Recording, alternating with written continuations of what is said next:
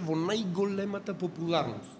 Значи, после првиот концерт во Скопје, кај што му бев гостин, му бев специјален гостин, ми плати авион, се вративме во Скопје, не пречекаја, бевме кај Томче и Совка во апартмано, му бевме гости, тој се јави дури. Јас имав една девојка што ми ги чуваше децата словакиње, дури и за не за авионска карта, жената ми му бевме гости на концерт.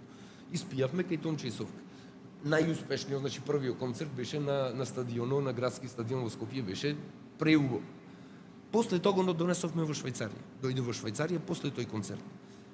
Во петок вечер ми се јави Лилја Петровиќ се јави и ми се јавува, ми вика вака и вака, Хари, знам дека Тоше сака сите концерти таму што е во Швајцарија, ти да ги правиш, меѓутоа имам многу добра другарка, пријателка, незиниот син сака да биде менаџер и вика дали може овај пат да го ставиме него, тој да го направи концертот.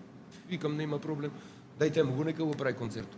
Дечково нема искуство во организација, во менаџерство. Тој мисли дека сега ќе го земам Тоше, ќе земам една добра сала и ќе наполнам, ќе биде полно. Го зема казино во Берн.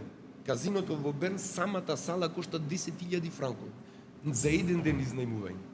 И го земат комплет цел оркестар од Тоше.